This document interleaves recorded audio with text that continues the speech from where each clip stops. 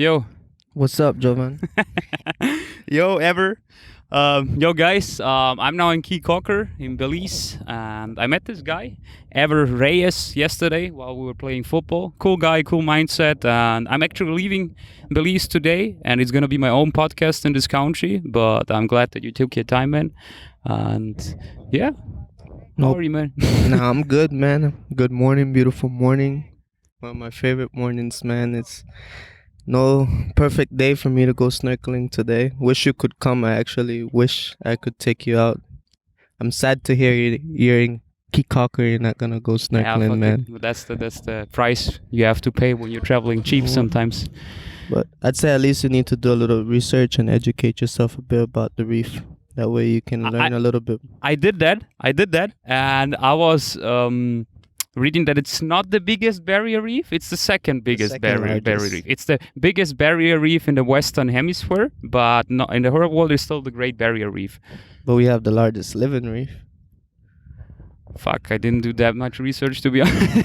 No, we do have the largest living reef, and why I say is because I'm proud of it. You know, our country right now just worldwide they get awarded from other places like for having the best ocean protection, trying to protect our natural environment and all that, and that's what I really passionate about. How do you mean ocean protection? What do they do? For example, exactly? like the fishing industry, Yeah. we try to catch certain fish, leave certain fish in the water. We try to, for example, our lobsters, we have a season. Our conchs, we have a season. Excuse me. And we have different size that you shouldn't catch. Like certain lobsters that you should leave the females if they're young. We should leave the females so they can produce more eggs and stuff like that. Fair enough, man. Yeah. Fair enough. But wait, or let's get to you in general. You're from Caye Caulker. Mm-hmm. You're from a beautiful Caribbean island. Tell me about yourself. Like, how was it for you to grow up in this island? Like, Well, because I grew up like in a normal city in Europe, in Central Europe, and it's totally different. Or I cannot imagine growing up on an island. You know, like it's actually the dream. But I don't know if it's really the dream. You gotta tell me. well, it's quite a funny and long story, man, how it all began, because I started off living on 2 islands down from here. What was the name? Long Key. Long Caye. Okay. So I grew up there till I was 5 years old, and we had a hurricane in 2000 by the name Keith, and Shit. it destroyed our home, everything. We were like the only family living on that island. Actually, the Reyes families, the first Reyes families to establish on Caye Caulker were one of the first after the Yucatan War. And then my grandfather was, his generation, also a Reyes family, was established in Long Key. I have never went history way back, but that's where I started my life till I was 5 years old, and my parents decided to move to Caye Caulker because we already live in that island life. Growing up, man, I could just literally just go from any pier. I used to love fishing, just diving, shooting fish. And before I used to could do it easily from any pier, like even from this pier right here that you see right there. Yeah. When I used to live right on that beach right there. That whole beach didn't have a seawall. That was me and my sister's playground. Before any restaurants were there, before anything like that was there. We used to play there. We used to like paint shells, sell it to travelers. I used to climb coconut trees and get coconuts for guests, and they used to give me $2 or $3 to just get a coconut tree. And I was telling you about this pier one time. My mom sent me fishing. I came back home with like 20 crabs. So these little things that I remember makes me realize what you need to do to survive. There's no need for you to be stressing yourself about, like I told you last night, chasing stuff when everything is out there for you to actually, survive. Now, being on an island, going to another country, live in this island. I lived abroad in different foreign countries, in different countries. I learned the real values of life, especially being alone, being with nobody. Mhm. You learn what you really need, and For example, can you give me that 2 examples of values? 2 examples of values I'd say is like when I was for example, in Houston, and I tore my knee Mm-hmm. trying to make it professional in football, soccer. Um, I was home 4 months, sitting, couldn't do nothing. And I started thinking about all my past when I was a kid. I had forgot all about it because I was chasing a dream.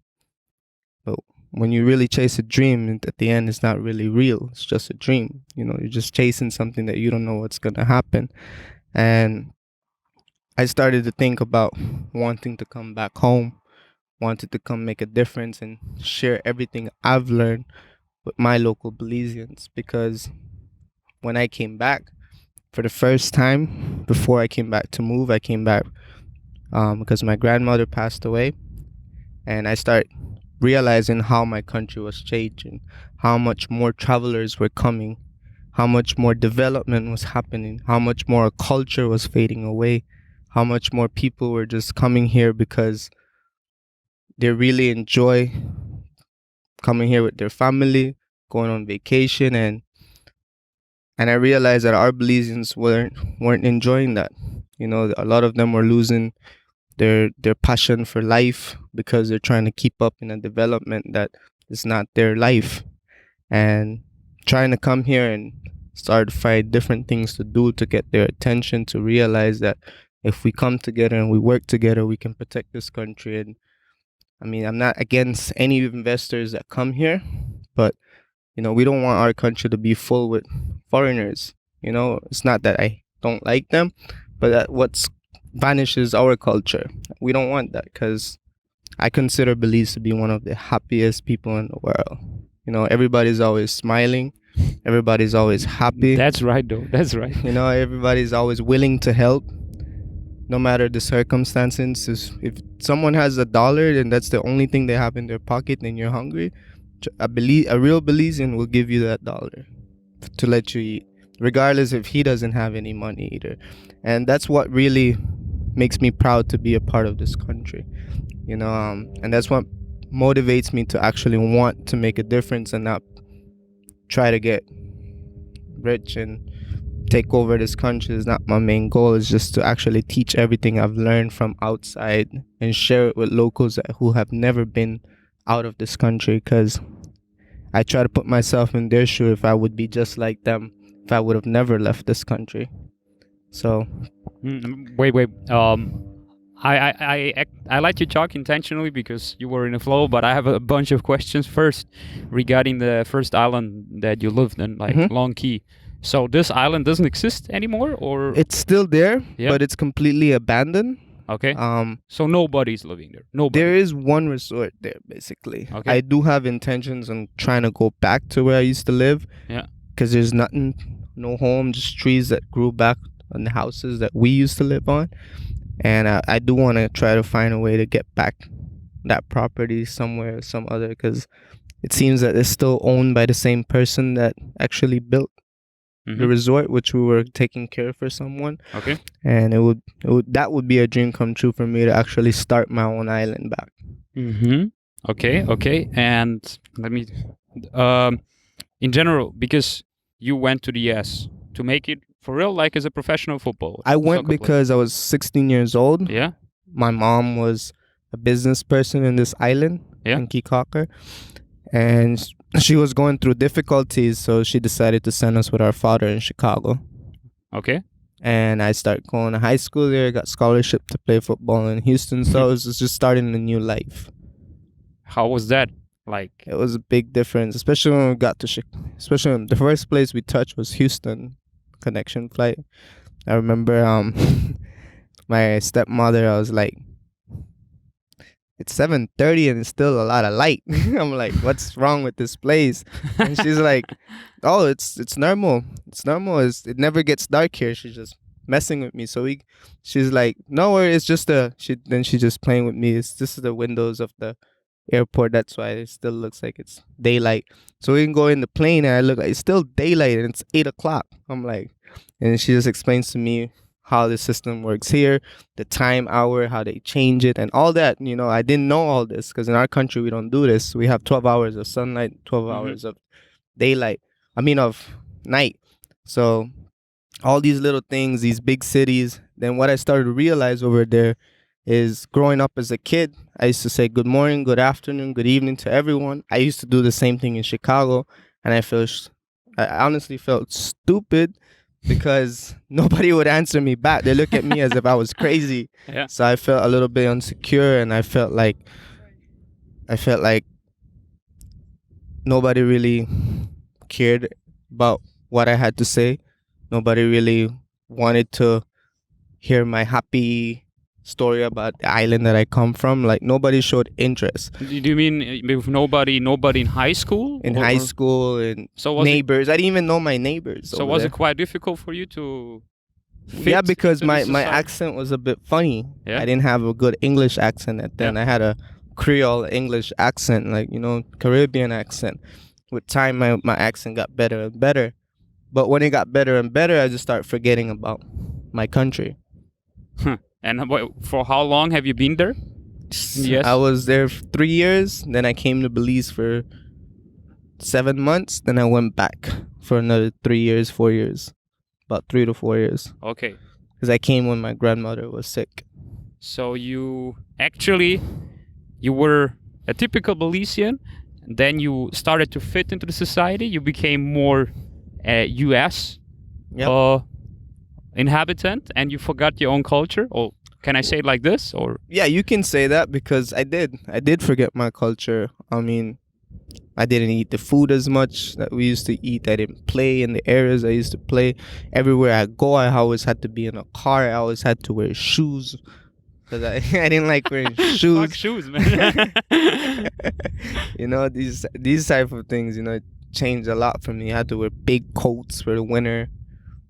I used to like walking. Sometimes I wouldn't take the bus. One time I didn't take the bus to walk and I had on Converse in Chicago and I didn't know you shouldn't walk with Converse in the snow.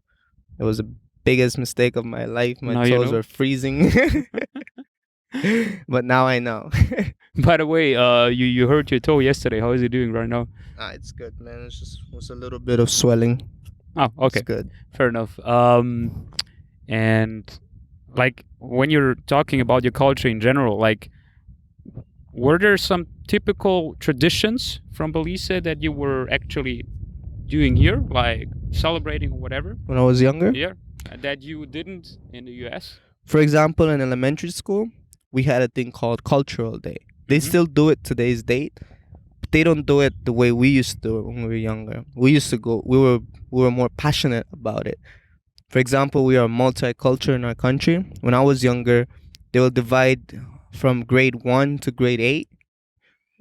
They'll divide all the students into like the different categories of cultures that we have.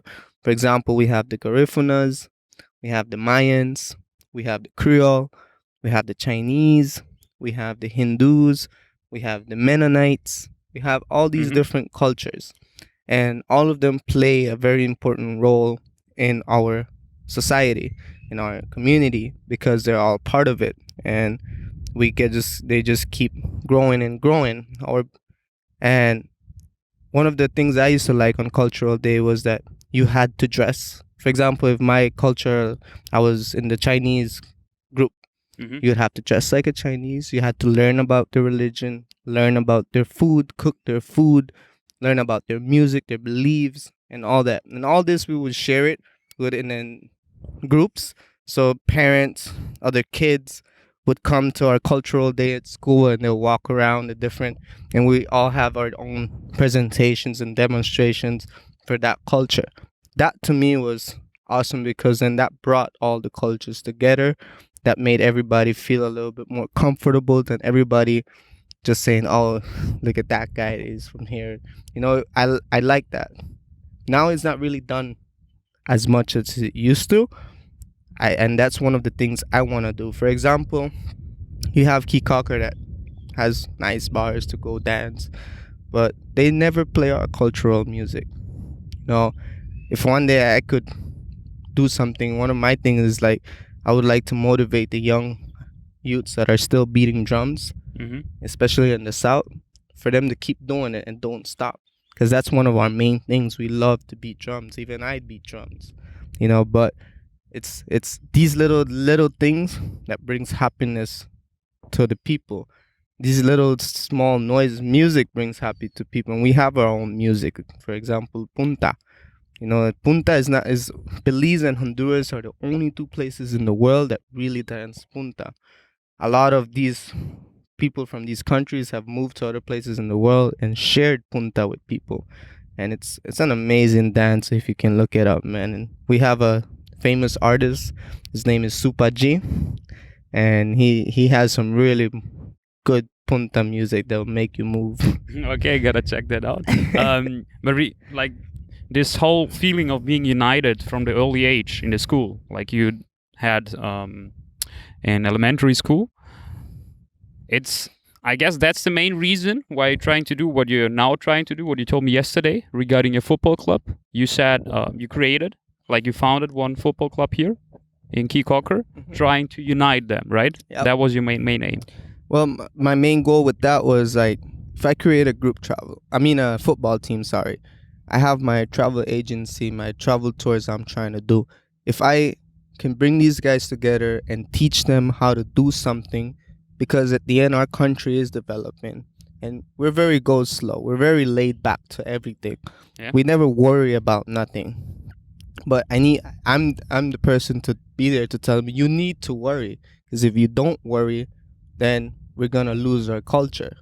If you don't do something about it now, eventually we're just all gonna be stuck in poverty, and I don't want that. Because if we all get stuck in poverty, many of them that I call my friends might just end up doing things to just put food on the table, which I don't want them to do that. Because if then that happens, a lot of them are gonna end up I'm gonna have a lot of funerals to attend or a lot of prisons to go visit, and I don't want that. Maybe I never told you this, but one of the main reasons that I came back here was, I ain't even sure if I should, but it's not something that I feel bad about, because I didn't feel like I did something wrong. They accused me of doing something wrong, but in the US, I was incarcerated for 2 years and sent back to my country. Okay. Why? They charged me with smuggling immigrants, but I was actually with friends that were immigrants. Okay. So we went on a getaway, like on an island in Texas, and we were coming back, and two of them apparently didn't have no proof of identification, and we were just they trying to say that they were just coming back in, that they had previously gotten, because two of them had already had a previous deportation and they were back in the country, and they charged me for smuggling them, and I lost my residency. I went to jail for 2 years. And funny thing about that, a country like that, if you can't fight it, and once they say it's that, no matter what you do. So what I end up doing is just, I learn a lot. That's where I was able to meditate and just relax and just think about what's gonna happen next when I get out of here. Fuck, man, I didn't expect this. But wait, so you were in Texas? Yes. You were driving riding a boat from Texas No, to I an was island? driving a car. Yeah. Driving a car from it was an island called South Padres Island. Yeah. And we went with some friends to go have fun, but on our way back there was a checkpoint. An immigration checkpoint. And you didn't know that they... I didn't know. Well, I did know that my friends were immigrants. Exactly, that's what I wanted to ask. I'm not gonna stop hanging with them just because they're immigrants. Yeah, sure. They're my friends. That's just something we on played paper. football together. Yeah. You know? And fuck, man, I don't know how much I can dig deeper into this topic, how much you want to talk about this, but how was it in general? Like, so you were just accused for it, and you didn't have any I was chance accused for it, and I did try to fight it. I did get out on bail. I did prove I went to every court, but I had a court-appointed lawyer, where it means that the government assigns you a lawyer because you can't afford it. Yeah, because it's expensive. Especially it was a federal case. Yeah. So I was just going with whatever he's telling me, and it came to a point he told me you just have to plead guilty, because if you go to trial, you're just gonna get more time. So more there time was and more money. Yeah. So when I went for my sentencing date, they arrested me, gave me 2 years, and I just had to do my 2 years. And at the time of my ending of my sentence, and immigration picked me up, locked me up for another 3 months until they deported me back to Belize.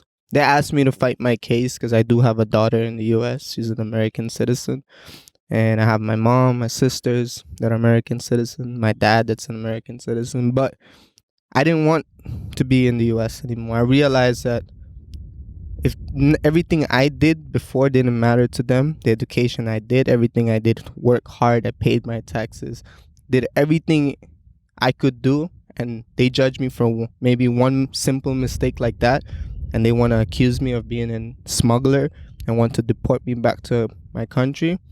At the end of the day, I thank them because I'm glad I came back home.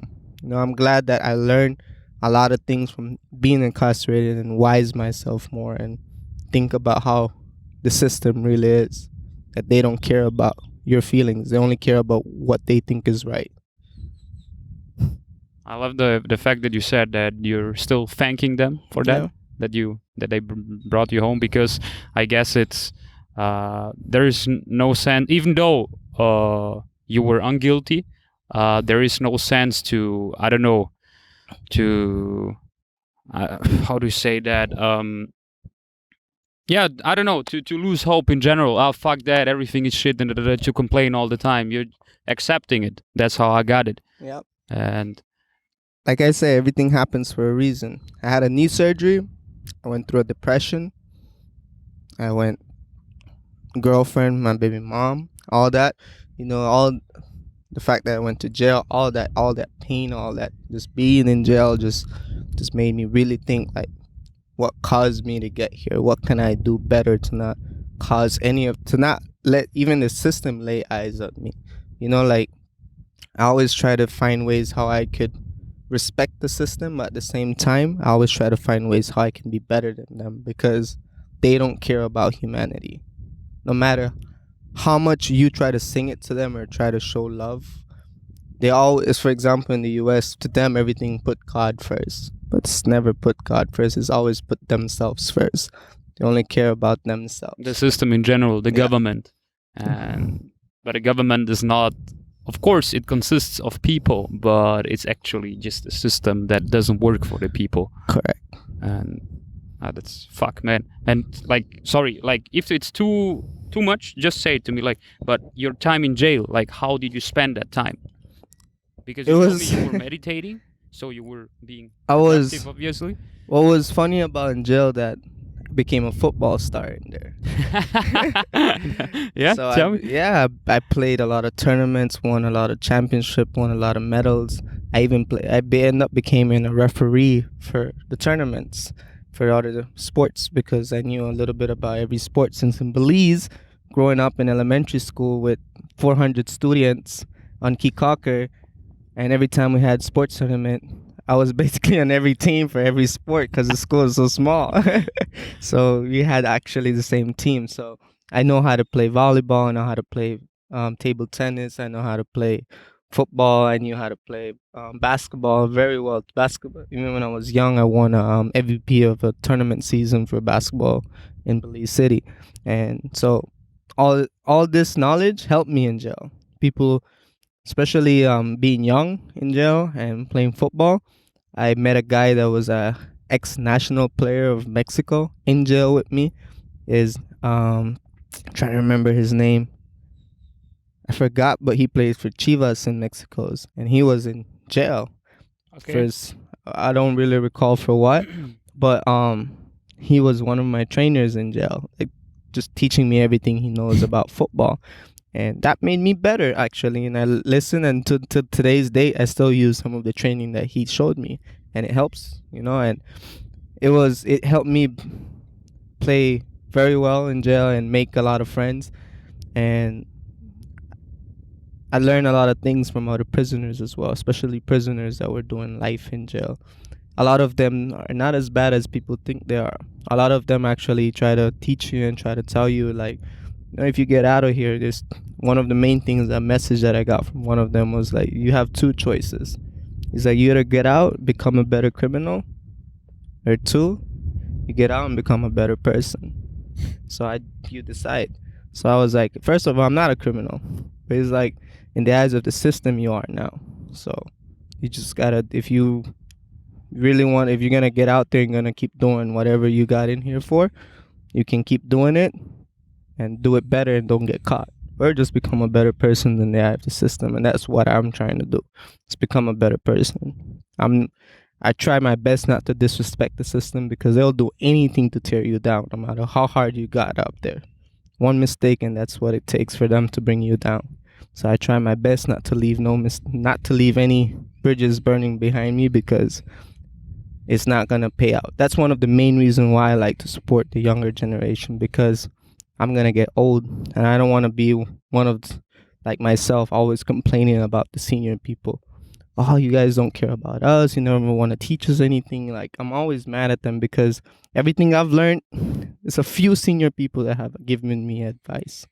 It's a few of them. A lot of them just tell you you're not good enough, that you guys but we're there trying. I'm there trying, talking, but instead they're just very ignorant. So what I try to do is with the football, try to teach the younger ones that, I do care about their future. I always try to advise them and tell them things that they can do to be better, not to end up turning out like me. I share my past experiences with them and tell them that, like, life is not as easy, and to as much as some of them love football, I always tell them, don't only think about football, think about what else can help you make your life better. Like, I use football, like I said, as a way to just unite them and talk to them. And the last tournament we played, like I told you, like, I was quite surprised to win the best disciplined team, but it was my main goal and everybody knew it. And my team was one of the few teams that was always ready before the game. We're always warming up before the game, that never was fighting in the game, was never cursing in the game. Like, I had it to a point where I realized that I made a dream come true to have a disciplined team, and it's not easy to do that in Belize. It's not easy to have a disciplined team. You can talk to any other football player. It's hard to have a disciplined team in Belize, especially because of type of football players that don't know much about the sports. And the kids that you're teaching, that you're coaching, how old are they? Like, what's the youngest? When I first came back to Belize and I was working in the city, when I first got deported, I was working in a call center in Belize City, and I came to Caye Caulker and I volunteered at the elementary school I went to, and I started off coaching the kids there. I was coaching maybe from 9-year-old to 13-year-olds. Then the same guy that you saw that you played with, the number 19, then he went to high school. What's his name, by the way? Ezekiel Salam. Ezekiel Salam. Shout out to him. I played against kids before we played against each other. Fuck my life, this guy is amazing. Just wanted to say that. 15 years old. 15 years old, ball control, like, whatever. Wow. But continue.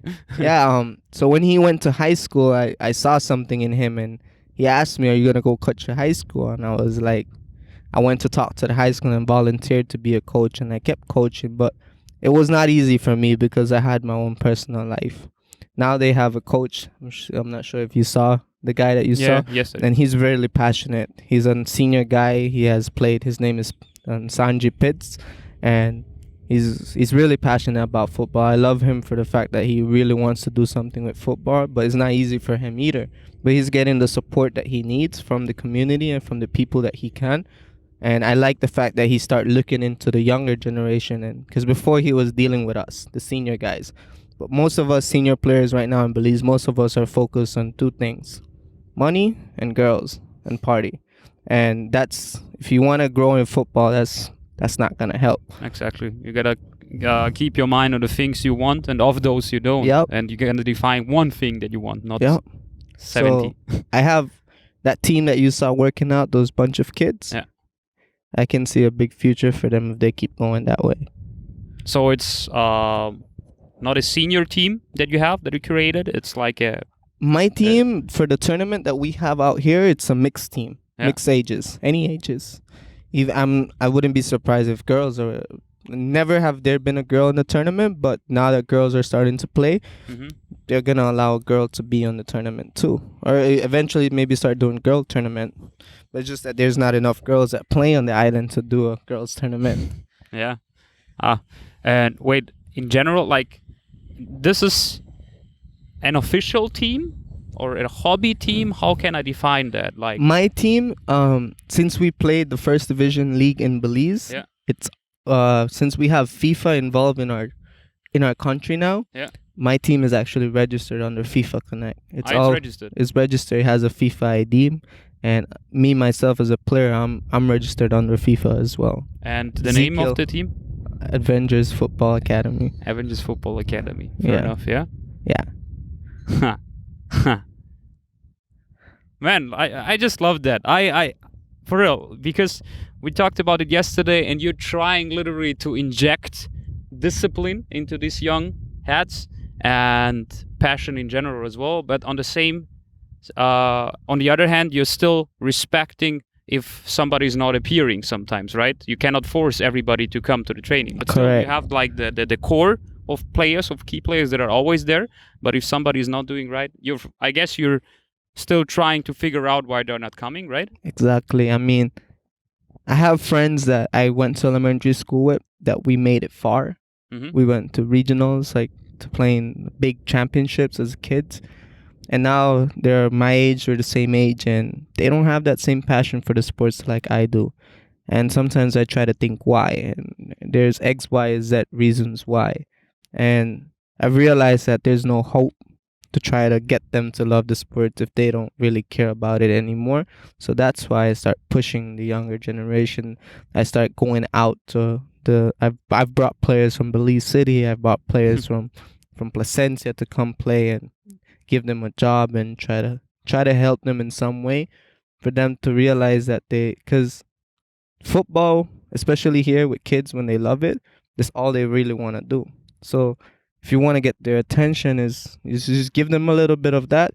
Then on the side you can still educate them about what's wrong, what's stopping them from moving forward, what's stopping them from becoming a real football star, what's their like what's really bothering them, like what will make them stop losing passion. Is like my job, like doing tours. What would really stop my passion from really giving people experiences? And one of my questions is becoming too commercialized. And it's the same thing with these guys. I always tell them, even the 15-year-old, you're good. Everybody tells you you've won awards. You're really good, but never let your ego get to you. Because if you let your ego get to you, then that's gonna be it for your career. Totally right, man. Totally right. Fuck. That was dope. That was dope. Dope quote, man. Dope quote. Huh. I mean, I have my godfather that always tells me, he's like very wise, successful businessman. He's like, it's not always about the big goals or the big dreams that you have. It's always the journey that you take. It's the journey that you're going to. You never live life with expectations. If you live life with expectation, then expect to get nothing. Man. Thank you, brother.